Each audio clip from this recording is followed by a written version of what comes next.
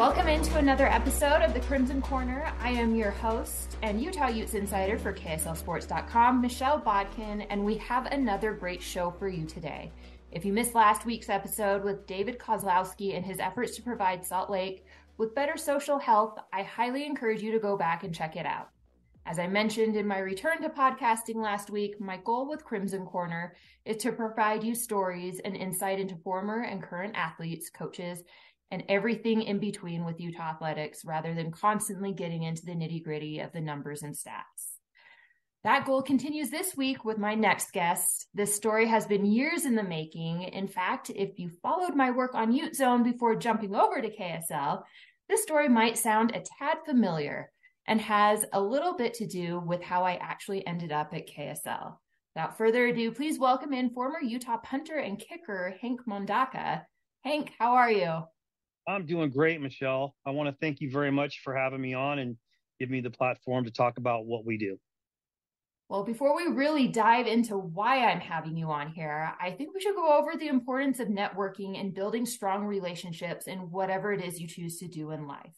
If I'm being honest, I'm probably not sitting where I am now without having met and built a relationship with you over the years.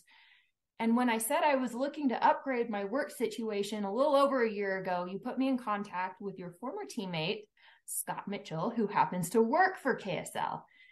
He happened to put the bug in the ear of KSL sports director, Nate Dowdle, who, as it turned out, had already been scouting me out a little. And it was just a little bit of fuel needed to spark some action to bring me on. Now, I know as a sports reporter and journalist on my end, relationships are everything to me, and I can't do my job if no one likes me or wants to deal with me. And for what you're doing with your organization, Athletes for Life, the same rules apply. Talk about your organization and how you've used your network to get it off the ground. Well, first of all, networking is so important. You never know when you might need to turn to a friend for whatever. And I encourage the young ones to start networking as soon as possible. And it's true. Don't ever burn bridges. Mm-hmm. You never know when you might need that person. You just needed a little budge. That's all. That's introduction here and little shove there. So I'm glad it worked out and you're on your way. And, you're doing it from here on out. And I think you're going to do a great job. As far as networking goes, for what Athletes for Life has done, is it's given me the opportunity to fall back on some of my former teammates mm-hmm. who have been former coaches in the past to get them to come out and help out our cause. And it's been tremendous. The feedback that we're getting and the participation has been tremendous, and it's wonderful. And they're all Utah football players. So for people at home, the original story I did centered around the work that you and several former players, Dave Culity, Jeff Reyes, did for the Pine Ridge Indian Reservation, which is located in South Dakota. It's one of, I believe it still is the poorest Indian reservation in the country. I mean, but in order to kind of paint the picture of what this place is like, talk to me, what was it like trying to get a small difference going in a place like that? Pine Ridge is very unique. It's the poorest county in the United States. And the unemployment rate's up around 87%. There's nothing on the res. There's no infrastructure, which then turns into despair and lack of hope. And these kids that we wanted to help at Pine Ridge High School were a product of that environment.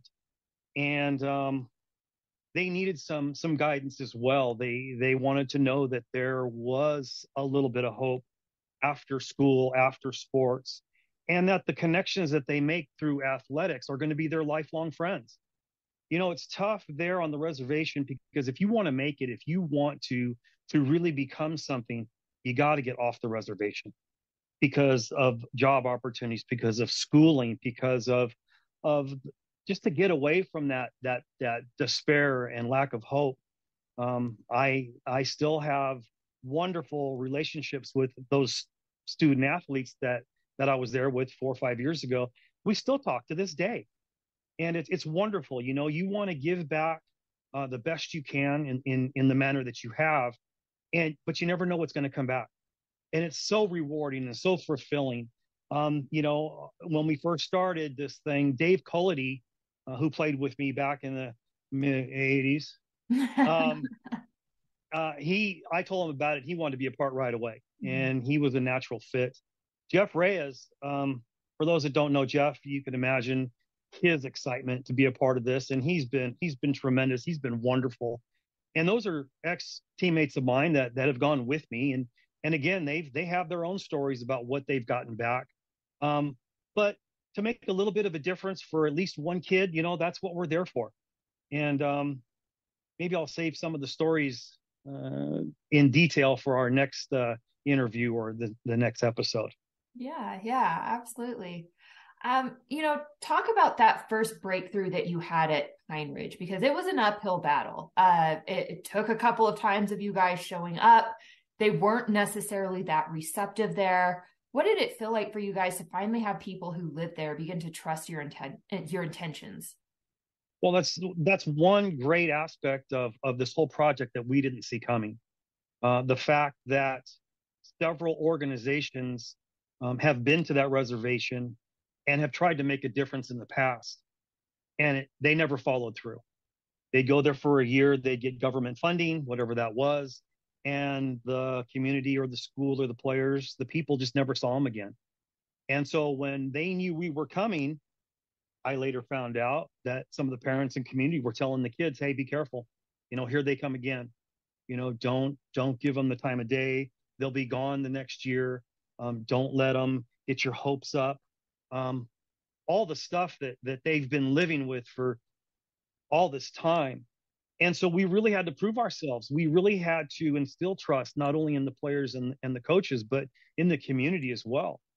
It was really neat the second and third year to go back and have to walk down the street and have people acknowledge you. We wore our garb, and it was very warm and very fulfilling. Again, one of those things you don't think you're gonna receive back. By the fourth and fifth year, they became friends. They would come out to practice. They would wait for us to come to the establishments for coffee or a sandwich, and they wanted to sit down and talk. We would have barbecues to end the camp, and they would all show up. It became a community event, and it still is. And so, it takes time, and we can understand why, but we didn't foresee that coming. In fact, some of the kids that I still have relationships now, they say, "You know what? When they were telling us you were coming, we believed them because it's happened in the past. But with you guys, it's different. You kept coming and you kept coming and you kept helping, even in off season." And one of the guys told me on the phone, I'll never forget it. He says, "I trust you guys more than I trust my people." And that says a lot. That's insane. That there's that kind of hard feelings, I guess, amongst your own people. The people that you're supposed to trust and expect to protect and carry out and make sure that you're good. Absolutely. I think one of the coolest aspects of what you've done is you've grown this to a point where you were able to give, a couple of scholarships away to some kids on the reservation to get out and experience life elsewhere. How are those kids doing, and what have they been up to since? They're doing great. A couple of them are still in school. A couple of them have come back home because remember, these are young men who left with a 2 or 3-year-old son or daughter. And so they came back. They found it very difficult to be away from their family. But it's very rewarding, very fulfilling to know that, number one, they're still alive, because that's a challenge there as well. And to see that they are making something of themselves, they are passionate about life. They're, I don't know if it's the kid that was there before we got there, or something we said to help them, or just to turn their outlook around, or to get them out of that mental state and looking forward, because that's another tough project in itself. So it's very fulfilling, the scholarships. We love to do that. We love to help out. The fees we've picked up in the past. We paid for books. We paid for courses where some past student athletes needed to get to graduate. We've helped them out as well. So we hope to continue that on. So, Hank, I know you have a bit of an announcement to make here, but before you do, let's set it up with a little bit of an adjacent question. You and I have talked a lot over the past 6 or so months about what it means to be a Ute as a current or former athlete of Utah athletics. You know, there really does seem to be a strong sense of pride there from top to bottom. What has that meant to you personally?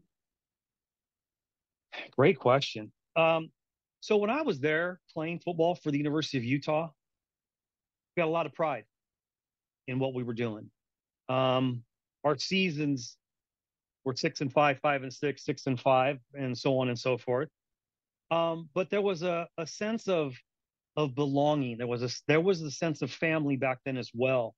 You meet people who become your lifelong brothers and sisters, and so the emotional part probably didn't take effect right away until after I was gone and came back here to California to live. The feeling of wanting to give back, to help the school in any way you can, and by whatever means you can, and to have that much pride to want to do that. It was very easy for myself and a couple of other guys that I have kept in contact with, and so we definitely want to give back. And so part of this venture to Pine Ridge, we thought, hey, if we can make a difference here, why don't we try it in Utah? Why don't we see what we can make and become of the relationship between the University of Utah and the Ute Nation? And so maybe I'm jumping the gun, but I'm proud to announce that next month, at the end of June, we're going to be coming to the Ute Reservation on June 28th and 29th, and we're going to have a camp in conjunction with Union High School there in Roosevelt. Now, ask me that same question when we get back, and it'll probably be a different, expanded on answer. I guarantee it, because it's going to mean something very, very special to me. Not that Pine Ridge didn't, but you can understand the difference. And we're all looking forward to making a difference there, solidifying that relationship between the U and the Utes.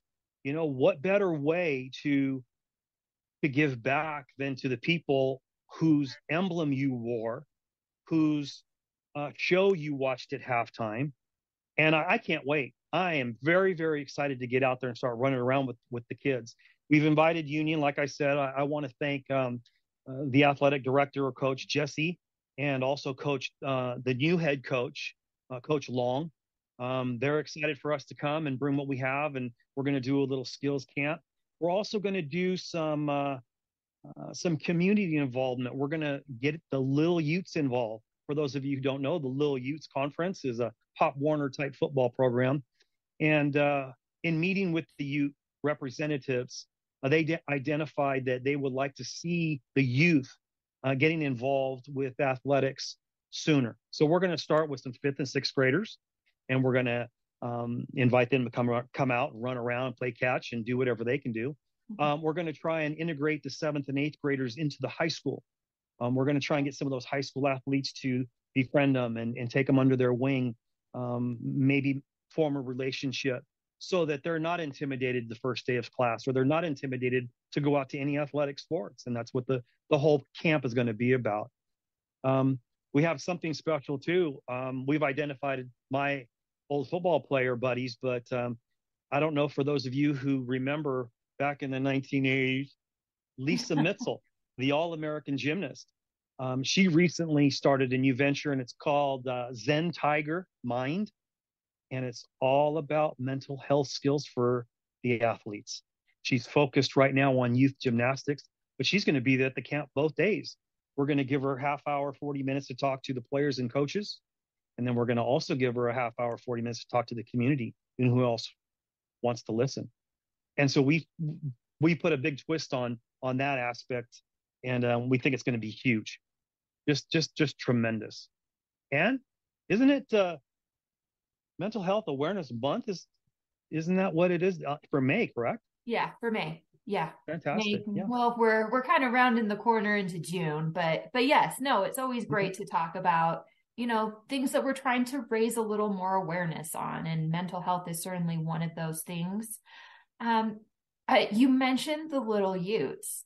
I don't think anybody really knows this, but you actually did something really special last year for the little Utes. You got them tickets to the San Diego State game to go check out the Ute Proud halftime show and be able to see their people interact with the University of Utah. What was that situation like, and how did that go? That was awesome. Thanks to our good friend Sean Farrell, he was able to arrange a block of tickets. And I thought it'd be a great idea to invite those who maybe haven't been out to see a game, or who would like to see a game and see their community perform. And it was wonderful. They had brought a bus out. We would have liked to have a lot more participation, but the ones that went had a tremendous time, and they were very, very thankful for the trip. They were very, very thankful, and hopefully we'll be able to do it again this year to keep that interaction with the community involved.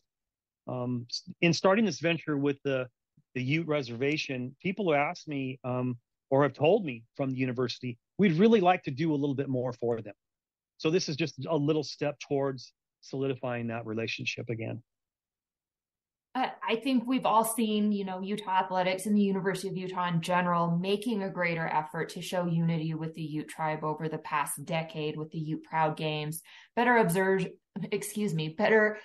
observation of Native American History Month. What do you hope this experience will help add to those efforts? To bring awareness to the university and those who are interested in what really goes on the reservation and the challenges that they have. We didn't know what we were going to cross when we went to the reservation. And so it's eye-opening. And through awareness, maybe they'll want to give back somehow, some way, and whatever that means to them. And to just build that relationship and keep building upon that. And then for the Ute community to come out and see the university that wears their emblem and is proud to represent that community, to give them some pride, to give them something to feel good about, even if it's just for a night at Reyes Stadium. If people want to get involved or donate, how can they do that? They can go to our website, athletes, the number 4.life. We don't do the .com. Athletes, the number 4.life is our website, and they can find out a little bit more about our cause. We are getting ready to unleash a tremendous, wonderful marketing campaign across the social sites. So you'll be seeing us there. And my personal contacts and relationships, I'll be contacting you just to make you aware of what we're doing, when we're doing. And we're hoping that your participation, Michelle, will definitely help. Well, I am certainly looking forward to that. And so I guess I will go ahead and kind of make the announcement. I'm proud to say that KSL will be covering this heavily. I will be spending those 2 days up on the reservation covering and volunteering any way I can help. And we are very, very excited to be involved in helping tell such a unique and important story to our sports community. Before I let you go, Hank, I think this question deserves to be asked as well. We often talk about Kyle Whittingham's impact on the community, Ron McBride's impact on the community. You came from the Jim Fassel era, and he gets a lot of hate in many, many ways, but I know that the guys that played for him have the utmost respect for him. Talk about him and the influence he's had on you and some of your former teammates. Well, I don't want anybody to forget that those 3 years under Coach Stobart, we were 6-5, 5-6, 6-5. Jim Fossil's first year, we were 8-3. So there was automatic respect right then and there. Did things a little bit differently, obviously. He meant a lot to the program. he took it to the next level. He took it to the next step. And man, you just can't thank somebody enough for doing something like that. Ron McBride was the offensive line coach at that time. And what can you say about Mac? He's just, they don't build him like him anymore. And I love the man dearly, and his wife, Vicky, as well. It is tremendous for a former athlete to see where this program is today compared to when we played. The facilities, the personnel, the coverage, just everything about it makes us very, very proud of where we came from.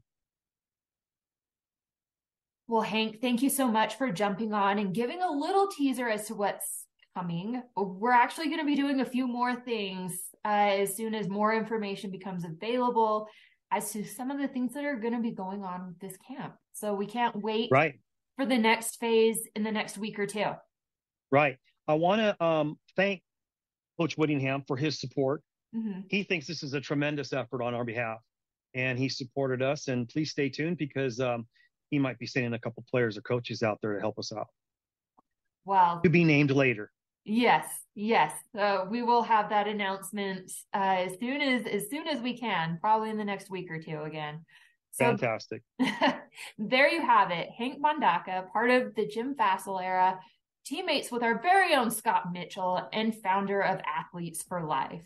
That will do it for Crimson Corner this week. Until next time, go Utes. Go Utes.